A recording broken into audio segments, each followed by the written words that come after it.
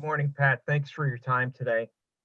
Pat, after Saturday's game, you had talked about trying to flush that and move ahead and put it behind you. Do you think what you've seen so far in the last couple of days that's taking place?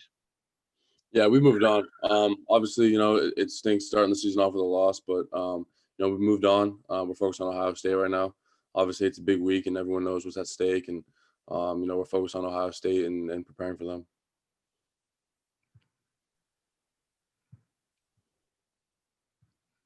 Tyler Donahue. Good morning, Pat. Something that we didn't ask you after the game, I'd like to address now, is that you have that record now among Penn State tight ends for touchdowns. To get that done on the first drive, I know you want the win. I know you always want the win, but can you take a second to reflect on accomplishing that as an individual? And also, do you hear it all from Mike Gesicki in the past 48 hours?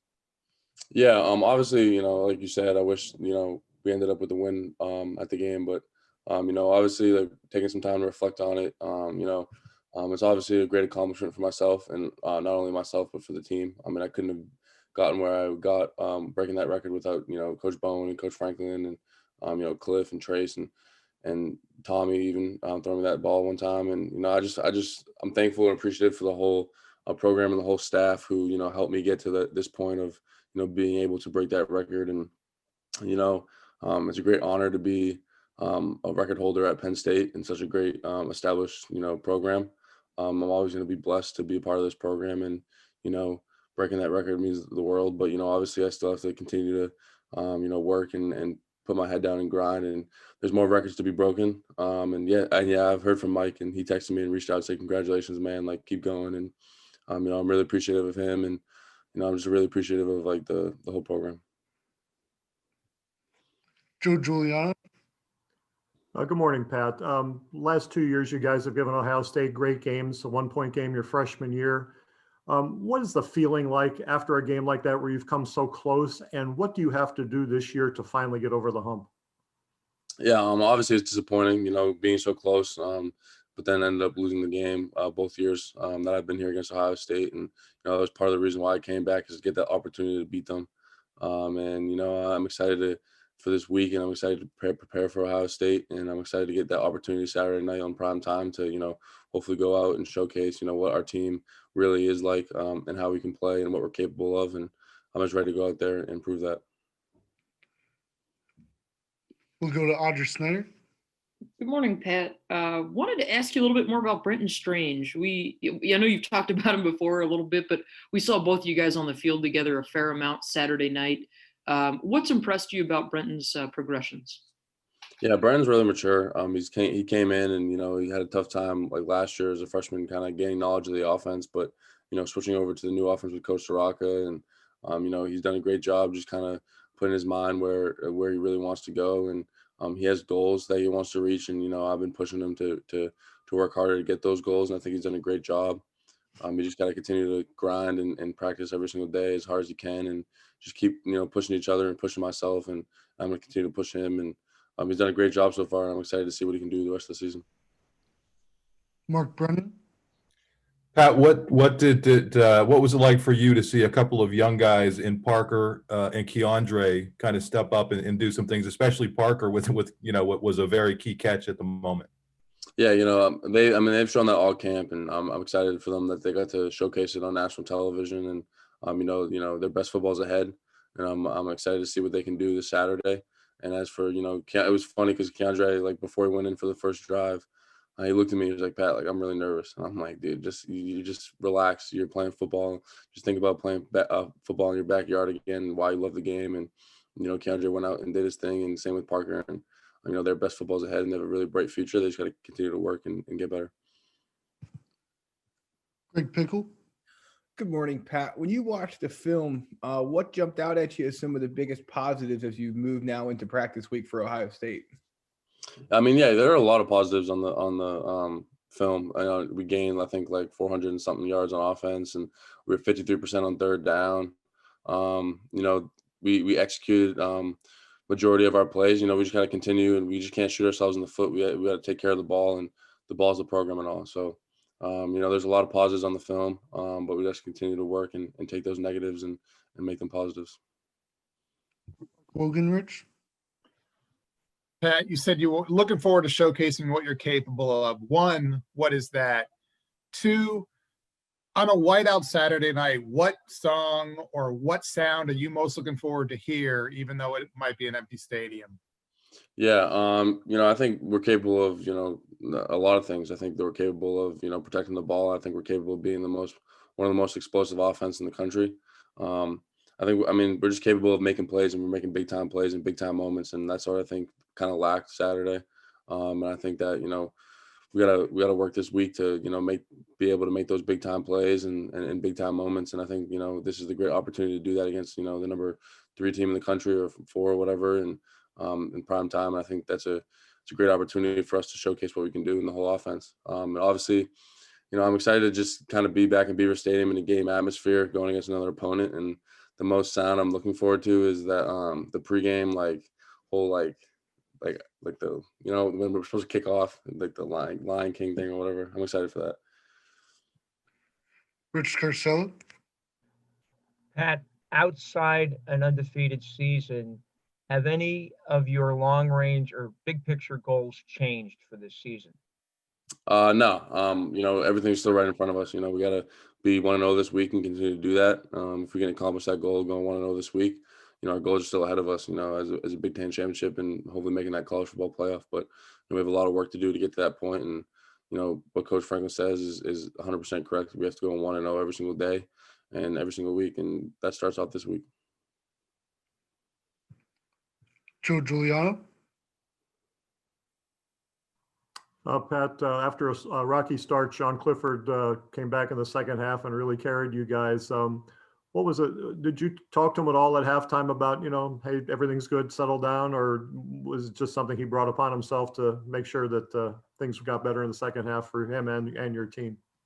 I think it's something that, he brought upon himself. No one really Cliff was the one at halftime, along with me and Menet, kind of, telling the offense, let's go. And same with Coach Rock and really the whole offensive staff. But Cliff brought that upon himself, and I think that Cliff, that's why he's a great leader and a great quarterback for this program. He knew he wasn't playing well, and he knew that he had to do something to spark this team and get us back on track, and he did that. But he knows that he needs to be more consistent. Like I said, after the game, he's going to be his own toughest critic. So he was in the film room the next morning right after the game, and obviously that night too, watching the film. And he texted me Sunday about Ohio State already, and I haven't even watched Ohio State on Sunday until he texted me. So we push each other to be great, and he's ready to go this week. Tyler Donahue. Pat, if this team's going to move towards Saturday or maybe even beyond without the top 2 guys that we anticipated at running back, what gives you confidence that the backfield's going to be okay? We got an early look at those 2 freshmen. Devin Ford didn't have the start he wanted, I know, at the end of that game, but why do you think that things will be okay if Journey and Noah aren't available for the indefinite future? Yeah, that whole running back room is great. And I think Coach Sider done a great job recruiting talent into that room. And I think there's expectation in that room that to be great, with Saquon and Miles and JB and all the other guys that left a legacy there. They have to follow in the grades. And that goes way back too. So, I think Coach Sider does a great job upholding that standard. And I think that the young guys have really kind of embraced that and come in and work every single day. And I'm excited to see what Devin does this week, and same with Kevon and same with Keziah. Nate Bauer. When you guys evaluated the penalties offensively on Saturday, what did you see? Were some of them judgment calls? Were they blatant? How did that kind of fall out? Yeah, at the end of the day, penalties are penalties, and it's not my place to agree or disagree with them. But they were called, and we have to live with them, and that's something that Coach Franklin, obviously that was another negative that I forgot, but Coach Franklin really was heavy on us on that on Sunday, kind of preaching that that's not us. I think in the last 6 years, we averaged, total for the whole 6 years, I think it was like 4.6 penalties per game or something like that. And we had 10 Saturday. And that's not up to Penn State football, and that's not how we play. So, we really have to work on that and be disciplined in this week of practice. And those little things about pre-snap penalties and holds and, my offensive pass interference. I can't be doing that. And, we just got to continue to work and make sure that we are disciplined in practice so it translates over to the game on Saturday. Rich Scarcella, Had Ohio State lost quite a few players to the NFL on defense, especially. What do you see from their defense this year, and are they very different than you've seen in the past, from what you've seen in the past? No, they're not different at all, really. I mean, they do the same defensive scheme, one high, they mix in some two high, and they bring their fire zones and all that. And I mean, they're a physical team, and they have athletes everywhere, regardless of who leaves for the NFL. They're always going to bring in that next top guy, and I mean that's a testament to Coach Day and the Ohio State program to recruit the way they do. But they're going to be fast, they're going to be explosive in every aspect of it, like they always are.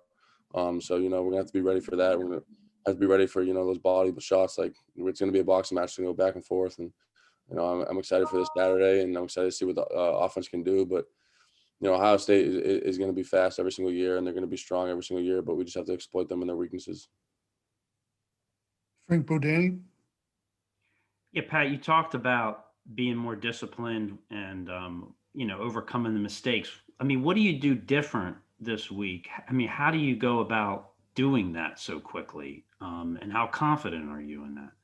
Yeah, I think that one thing is, if we make a penalty in practice, or it goes back to accountability. Like we have to address it at that moment. So like if for example, like if I'm slacking off in practice and I, slack on a rep and I hold someone just to kind of get the play going, I mean, I have to hold myself accountable to that, and I can't be practicing like that. And that's the same goes for the O-line and the receivers, and we just have to hold each other accountable. If we see someone slacking off and not running their routes the correct way, or holding or anything like that, or offensive pass interference in practice, then we got to hold each other accountable and kind of address that and say, instead of doing that, do this. And I think it's very obtainable to reach that goal and this week in practice and be more disciplined, because it's not really an option. It's kind of, we need to do that to win games, and we can't have 10 penalties a game and expect to win. So it's kind of a demand that we need to bring upon ourselves to, clean up those mistakes. Joe Giuliano, Pat, you got to play in one whiteout a couple of years ago. What was that like? And could you imagine what a Halloween whiteout would have looked like at Beaver Stadium Saturday? Yeah, I mean, the whiteouts are crazy. I mean, like I said before multiple times, like it's really hard to describe, a Penn State whiteout, and I'm definitely gonna miss those fans and everything. But and a whiteout Penn State on Halloween weekend would have been absolutely insane. But just like we preached this whole camp and everything, it goes back to the love of the love of the game of football. Just kind of playing in your backyard again, and it's gonna be weird without the fans, and I'm gonna definitely miss the whiteout. But I'm excited to play against Ohio State, which kind of just Ohio State versus Penn State, no outside noise, no nothing, and just kind of put the football down and play. New Bias Woodward, Obviously the kid is 6'2" and very talented, but outside of that, what makes Joey Porter Jr. so special? Yeah, Joey, I mean, obviously that sack was really good, and I mean he was locking people down. In coverage, and I think Joey is a great football player, and he has all the talent in the world to become whatever he wants to be. I know he wants to be an All-American. I know he wants to be a first-round pick, and he wants to be one of the best corners to ever play here. And he has all the tools, and he has the work ethic to do that. So we just got to demand excellence every single day out of himself. And I've seen improvement. I mean, freshman Joey to this year's Joey is just two different people. I mean, he works so hard now, and I think the quarantine kind of helped him, kind of being with his dad, and his dad pushing him harder and showing him what it's like to kind of reach that goal and what he has to do. And he came back ready to work, and he came back ready to, push the other corners and show what he can do. And, this is his time now, and I'm excited to see what he does the rest of the year. Nate Bauer, Just for my clarification, even with COVID, I'm assuming you guys still have officials at all your practices.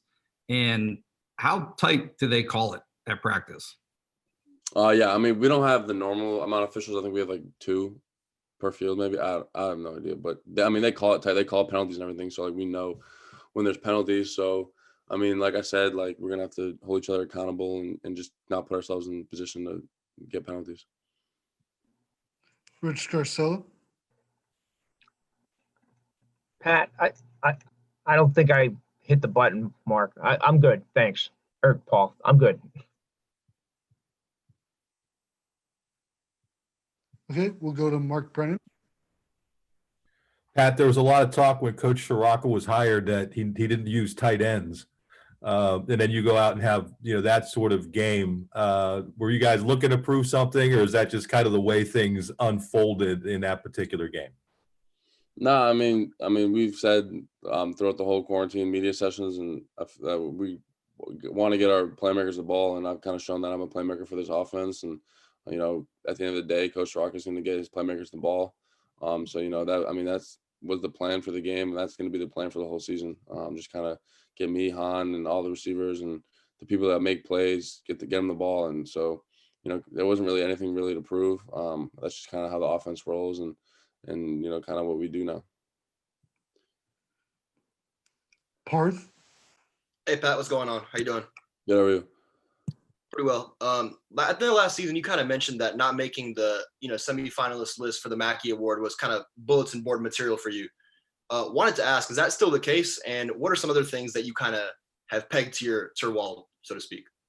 Yeah, so it's still my wallpaper on my phone, and obviously it's above my bed right now. Just kind of my 3 goals is obviously break all the records for tight ends here at Penn State, be an All-American and win the Mackey Award, and I just got to continue to do what I can control, and and be that guy who on offense who just is relentless on the 3 phases that we always talk about as pass pro and run blocking and routes, and I just got to keep working and being consistent in all 3 of those phases to give myself the best chance to obtain all those goals.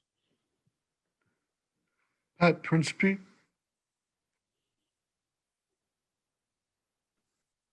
Hey Pat, how are you? Good, how are you? Really good. Hey, I think one of the keys to playing a team the caliber of Ohio State is that you have to kind of make them sweat early in the game. Is that the kind of mindset that you have to go into this game with, that you got to put some doubt in them early on? That's with every game. I feel like you want to start jump out and start to a fast start. I think we did that against Indiana. Our first drive obviously was scoring, but we have to be more consistent, just kind of applying the pressure. And I think not only with Ohio State, but every team. And I think especially with Ohio State, you can't just say we're going to jump off to a fast start and that's going to be it. We have to stay consistent and put up points and continue to apply pressure on their defense. So you're definitely right about coming out to a fast start, but we have to be more consistent throughout the whole game, especially against Ohio State. Time for 2 more. We'll go to Nubias Wilborn. I know this may be hard considering obviously you didn't get the results you wanted, but when you go back and look at that film from Indiana, what, if any, positives do you take from that game? Yeah, like I said earlier, we were 53% on 3rd down. We're explosive on that first drive, and we have to be more consistent like that, like I just said. And I think that we have to just kind of crack down on the little details, and when we get tired and when the game's kind of when we're on those long drives, we have to go back to our details and execute, and we got to finish in the red zone. But there were a lot of positives, and playmakers made plays and all that. So I think we have to be just more consistent. Last question, Audrey Snyder. Pat, as you guys went through and made your corrections, what was Kirk Shiraka like as you guys are going through that?